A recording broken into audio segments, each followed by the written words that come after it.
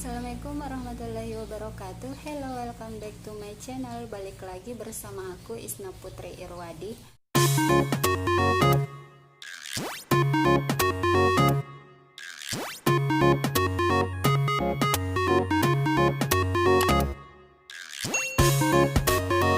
Halo teman-teman, di video kali ini aku akan sharing ke teman-teman pengalaman aku selama mengikuti Latsar CPNS, dan alhamdulillah sekarang aku sudah menjadi PNS 100% di Kementerian Agama, sekaligus juga buat jawab pertanyaan teman-teman CPNS yang saat ini sudah mengikuti tes SKD, SKB, sekaligus menunggu Latsar selanjutnya. Juga buat teman-teman nih yang sudah berniat untuk mendaftar CPNS, wajib tonton video ini ya. Oke teman-teman, jadi sekarang kita kembali ke pembahasan kita tentang Latsar CPNS. Jadi sekarang itu dinamakan Latsar atau pelatihan dasar, yang dulunya dinamakan Diklat Prajabatan atau Prajab. Jadi teman-teman bisa membuka Perlan nomor 12 tahun 2018 tentang pelatihan dasar CPNS. Nah, di Perlan nomor 12 tahun 2018 itu teman-teman ada beberapa poin tentang pelatihan dasar. Nah, di Perlan itu CPNS atau PNS itu menjadi bagian dari ASN. Jadi ASN ini adalah aparatur sipil negara. Nah, aparatur sipil negara ini pula adalah profesi bagi PNS dan P3K. Jadi P3K ini adalah pegawai pemerintah dengan perjanjian kerja yang bekerja di instansi pemerintah. Nah, kemudian selain itu ada banyak penjelasan yang teman-teman bisa baca. Intinya adalah pelatihan dasar CPNS ini adalah pendidikan dan pelatihan dalam masa prajabatan yang dilakukan secara terintegritas, supaya nantinya ketika CPNS ini sudah lulus menjadi PNS, mereka bisa menanamkan nilai-nilai aneka dalam lingkungan kerja mereka. Dan nilai aneka ini adalah singkatan dari akuntabilitas, nasionalisme, etika publik, komitmen mutu, dan anti korupsi. Dan poin pentingnya adalah CPNS hanya dapat mengikuti prajabatan hanya 1 kali. Jadi teman-teman nih selama menjadi PNS hanya diberikan kesempatan satu kali untuk mengikuti Latsar, dan teman-teman harus lulus. Itu ya teman-teman. Untuk poin-poinnya teman-teman bisa baca di Perlan nomor 12 tahun 2018, ada banyak di situ ya teman-teman. Nah, kemudian pertanyaannya, kenapa sih harus ikut Latsar CPNS ini teman-teman? Jadi seperti kita tahu ya, CPNS itu masih berstatus 80%. Nah, untuk menjadi status 100% atau PNS, teman-teman harus menghilangkan huruf C di kata PNS menjadi PNS, dan syarat utamanya itu adalah teman-teman harus ikut Latsar CPNS ini. Kemudian teman-teman juga tahu kan, kalau untuk diterima menjadi PNS itu banyak step yang teman-teman harus lalui, mulai dari seleksi administrasi, tes SKD, SKB, dan tes kesehatan. Nah, baru teman-teman bisa dinyatakan lulus menjadi CPNS dan ditempatkan di instansi pilihan teman masing-masing.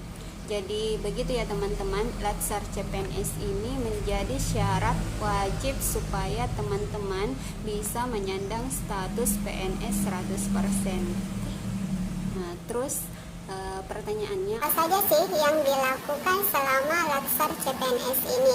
Nah, di video kali ini teman-teman, aku hanya akan ngebahas secara umum apa saja yang dilakukan selama Latsar.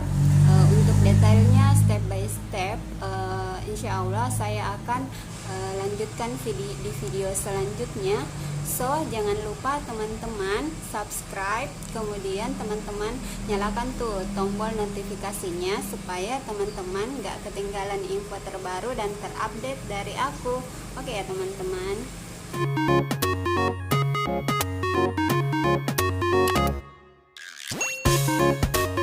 Jadi pada intinya Latsar CPNS ini ada 3 kegiatan ya teman-teman. Ini based on my experience, berdasarkan pengalaman aku ketika mengikuti Latsar CPNS Kemenak tahun lalu. Nah, teman-teman bisa update info terbaru, mungkin ada yang berbeda berdasarkan instansi teman-teman. Di Latsar CPNS aku tuh teman-teman ada 3 kegiatan. Yang pertama namanya On Campus 1. Nah, di On Campus 1 ini kami diwajibkan untuk datang dan mengikuti seluruh kegiatan yang dilaksanakan oleh Balai Diklat yang telah ditentukan. Nah, kegiatannya apa saja? Jadi di On Campus 1 ini kita menerima materi secara klasikal di dalam kelas, dan materinya ini materi aneka yang dibawakan oleh tim Widya Suara.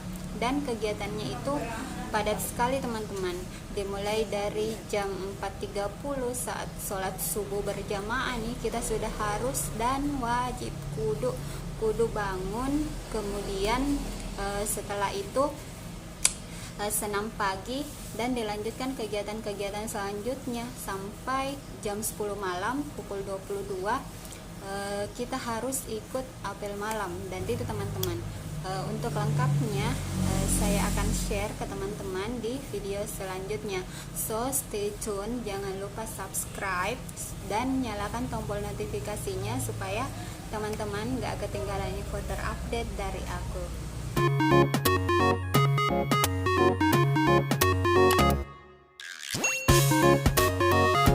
Itu ya teman-teman, kegiatannya di dalam kelas mulai dari terima materi, diskusi, main games, yel-yel, dan yel-yelnya ini beda tiap harinya teman-teman. Jadi setiap harinya itu kita berbeda kelompok dan berbeda pula yel-yel yang kita buat.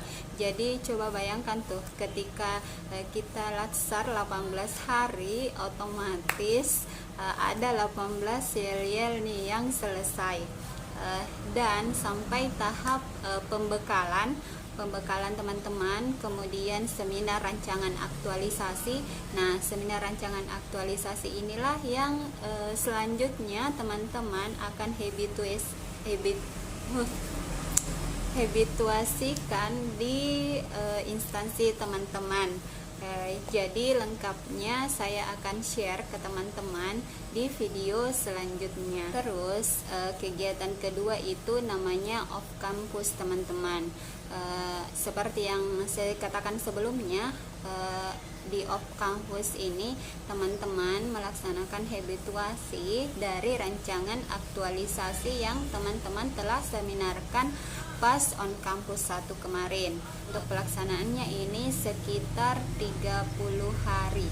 Jadi sekitar 1 bulan tuh teman-teman ada di tempat kerja teman-teman, di instansi teman-teman, untuk melaksanakan rancangan aktualisasi yang teman-teman telah seminarkan. Aku juga nih teman-teman, pas mengikuti latsar ini aku tuh nggak tahu apa-apa sama sekali, karena CPNS di instansi aku itu cuman 2 orang, aku dengan Kak Lela. Hai Kak Lela. Dan latsar kami itu bersamaan di bulan 10 kemarin. Jadi sudah berkecamuk nih di dalam hati, wah bagaimana nanti ya pas aku latsar. Dan ternyata ya ikhlasin aja teman-teman, aku ikut, aku berangkat, dan aku akan melakukan semaksimal mungkin yang bisa aku lakukan. Jadi gitu ya teman-teman. Nah, kemudian setelah teman-teman off campus nih selama 1 bulan, teman-teman dipanggil kembali selama 3 hari itu, dipanggil kembali untuk seminar hasil dari aktualisasi yang teman-teman lakukan selama off campus. Jadi di 3 hari ini, 2 harinya teman-teman pembekalan, penyusunan laporan, ngeprint lah segala macam. Kemudian di hari ketiga itu teman-teman seminarkan seminar hasil bersama dengan penguji, pembimbing, dan guru pamong yang ada di instansi teman-teman. Dan pas setelah seminar hasil, wah plong banget teman-teman. Namun sedihnya juga teman-teman nih, karena kan kita sudah dapat keluarga baru, teman-teman baru, tapi kami harus berpisah, kami harus kembali ke instansi masing-masing untuk melanjutkan semua perjuangan kami. Itu sih sedihnya. Yang lainnya itu semua banyak sukanya, dan apalagi kalau teman-teman sudah seperti saudara sendiri, keluarga sendiri. Jadi sampai sekarang pun kami Gandiwa 32 itu masih aktif saling komunikasi di chat WhatsApp. Masih semangat, masih. Nah, itu yang menyemangati kami teman-teman pas di daun-daunnya selama penerimaan materi ataupun pas pembekalan. Dan yang paling tidak habis pikir, yang tak pernah aku bayangkan, yang tak pernah aku minta apapun kepada Allah, yang aku tuh taunya cuman aku ikut latsar CPNS ini lulus, alhamdulillah. Tidak lulus ya gimana dong. Dan yang paling tidak terpikirkan adalah ini teman-teman, aku dapat plakat ini sebagai peserta latsar terbaik. Dan alhamdulillah banget sih, untuk plakat ini aku tidak pernah bayangkan sebelumnya. Intinya Allah itu maha baik teman-teman. Untuk tips dan trik dari aku, bagaimana hingga akhirnya aku dapat plakat ini, aku akan share ke teman-teman di video selanjutnya. So jangan lupa like, comment, subscribe, dan share ke teman-teman yang CPNS ataupun yang akan mendaftar PNS supaya mereka termotivasi.